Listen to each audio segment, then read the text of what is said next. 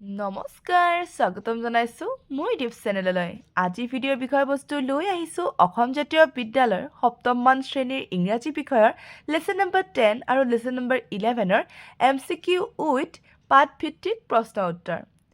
এই ভিডিঅ'টোত ধুনীয়াকৈ এই দুয়োটা লেসনৰে কেনেকুৱা ধৰণৰ প্ৰশ্ন পৰীক্ষাত আহিব পাৰে MCQ আকাৰে আৰু লগতে যিখিনি পাঠভিত্তিক প্ৰশ্ন আছে সেইখিনিৰ উত্তৰসমূহ চমুকৈ আলোচনা কৰা হ'ব যদি আপোনালোকৰ এই ভিডিঅ'টো চাই ভাল লাগে তেন্তে লাইক কমেন্ট শ্বেয়াৰ কৰিব আৰু যদি মোৰ চেনেলটোলৈ নতুনকৈ আহিছে তেতিয়াহ'লে সাবস্ক্ৰাইব কৰিবলৈ নাপাহৰিব এতিয়া আহকচোন পলম নকৰি ভিডিঅ'টো আৰম্ভ কৰোঁ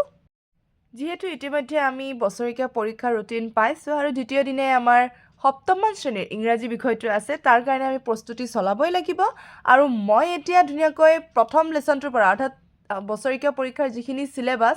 তাৰ পৰা ধুনীয়াকৈ দুটা লেসনকৈ আৰম্ভ কৰি যাম আৰু আশা কৰোঁ ছাত্ৰ ছাত্ৰীসকলে এতিয়া মই যেনেধৰণে পঢ়াই আছোঁ তেনেকৈ যদি ইংৰাজী বিষয়টো পঢ়ি যায় তেতিয়াহ'লে তেওঁলোকে ধুনীয়া নম্বৰ পাব পাৰিব তো এতিয়া আজি আমি লৈছোঁ পোনপ্ৰথমে লেসন 10 আৰু লেসন 11 ঠিক আছে এটা কবিতা আৰু এটা কি আছে পাঠ আছে অৰ্থাৎ যিটোত এটা কাহিনী দিয়া আছে আৰু আমি তাৰেই দুয়োটা লেসনৰে ধুনীয়াকৈ কিছুমান MCQ উলিয়াই ৰাখিছোঁ আৰু লগতে যিখিনি পাঠভিত্তিক আছে সেইখিনিও আমি ডিসকাস কৰিম তো প্ৰথম MCQটো ৰখা হৈছে Nainital is a popular hill station of অৰ্থাৎ নাইনিতাল যি পপুলাৰ হিল ষ্টেচনটো আছে সেইটো ক'ত আছে সেই ধৰণে এটা প্ৰশ্ন লোৱা হৈছে আৰু ইয়াৰ উত্তৰটো হ'ব কি উত্তৰাখণ্ড ওকে তাৰপিছত ইয়াতে লিখা আছে 2 নম্বৰটো Arpita spent her summer vacation with her parents in Nainital okay তাৰপিছত Mr. Aditya Sharma works at Jim Corbett National Park তাৰপিছতটো লোৱা হৈছে Jim Corbett National Park was established in 1936 আৰু 5টো ৰখা হৈছে Jim Corbett National Park was first named Halley National Park ঠিক আছে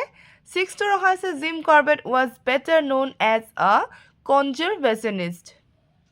তাৰপিছত 7টো ৰখা হৈছে Jim Corbett was born in Nainital 8টো ৰখা হৈছে Jim Corbett's father was a postmaster তাৰপিছত 9 নম্বৰটো ৰাখিছোঁ according to Corbett which animal is easier to attack it is tiger Halley National Park was renamed as Ramangana National Park in the year 1954 to 55 Jim Corbett died in Kenya আৰু এইখিনিতে ক'ব খুজিছোঁ যে ইয়াতে মই কেইটামান বছৰ লিখি ৰাখিছোঁ অৰ্থাৎ 1936 1954 to 55 1955 to 1956 অৰ্থাৎ এইকেইটা হয় কি যে 1936ত আছে হেলি নেশ্যনেল পাৰ্ক এইটো 1954ৰ পৰা 1955লৈকে তেতিয়া ৰামাংগানা নেশ্যনেল পাৰ্ক হৈ গৈছে আৰু 1955 to 1956 কৰ্বেট নেশ্যনেল পাৰ্ক হৈছে ঠিক আছে অৰ্থাৎ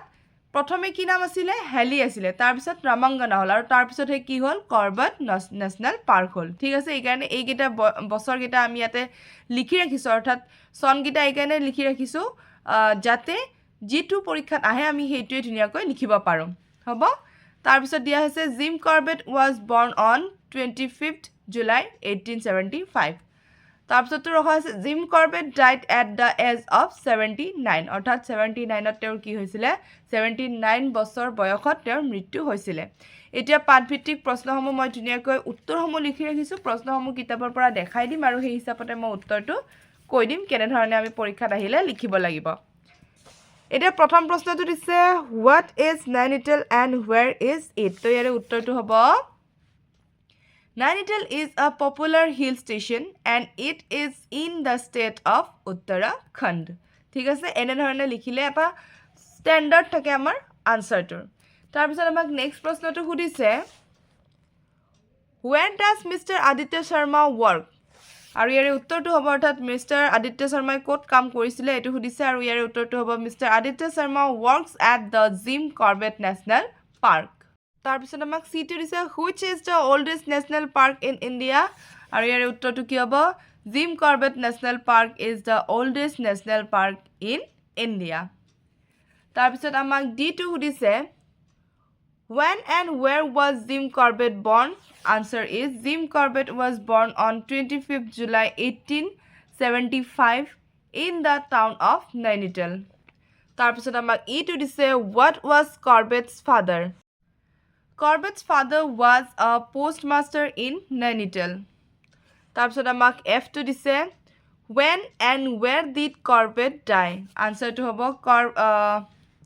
Jim Corbett died on 19 April 1955 in Kenwa তো এইকিটা পৰীক্ষাত আহিবও পাৰে MCQ আকাৰত তো আমি ইখিনি ভালদৰে পঢ়িব লাগিব এটি আমাক 2 নম্বৰী প্ৰশ্ন দিছে what does Corbett say about tigers and leopards ইয়াৰে উত্তৰটো হ'ব according to Corbett tigers are easier to track and shoot and lose fear to humans when they become man-eater. Leopards, on the other hand, never lose their fear of humans and usually attack at night. Tinito say, what were Corbett's conditions for hunting man-eater? Yare uttortu hobo, Corbett insisted on 2 conditions. Number 1, the official reward should be withdrawn so that he would not be known as a bounty hunter. And number 2 is other hunters should be withdrawn to avoid accidental shooting. আৰু এবাৰ আমি discuss কৰিম lesson number 11 children of the rainbow তো ইয়াৰে MCQ লিখা হৈছে প্ৰথম MCQ তে লিখা হৈছে যে Who is the poet of the poem Children of the Rainbow? Answer is C.J. Hack. Second to rakha ase whom did the speaker talk to about the girl? It is Grammy. Why do the other children tease the girl?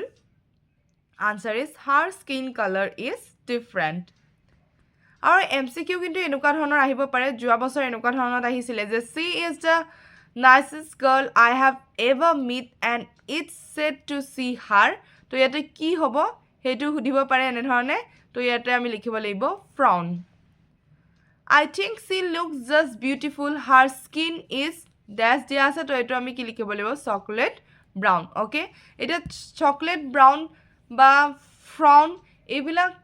এনে ধৰণৰ fill in the blank যে জিতু কিতাপৰ line দিয়া আছে তাৰ পৰা এটা খালি ঠাই দিয়া হৈছে তো আমি ধুনিয়াকৈ কবিতাটো মুখস্থ ৰাখিব লাগিব যাতে আমাক কোনো ধৰণৰ খালি ঠাই দিলে আমি সেই খালি ঠাইটো পূৰ কৰিব পাৰো ওকে তাৰপিছত এটা ৰাখা হৈছে according to the speaker the girl is the nicest girl according to Grammy children are life's rainbow what is rhyming word from the following word brown it is frown বাকি ইয়াতে পাঠভিত্তিক প্ৰশ্ন আৰু উত্তৰ লিখা হৈছে who is the poet of the poem children of the rainbow answer is the poet of the poem children of the rainbow is C.J. Hack number 2 about whom is the poet talking to her grandmother answer is the poet is talking to her grandmother about a dark skinned girl whom she knows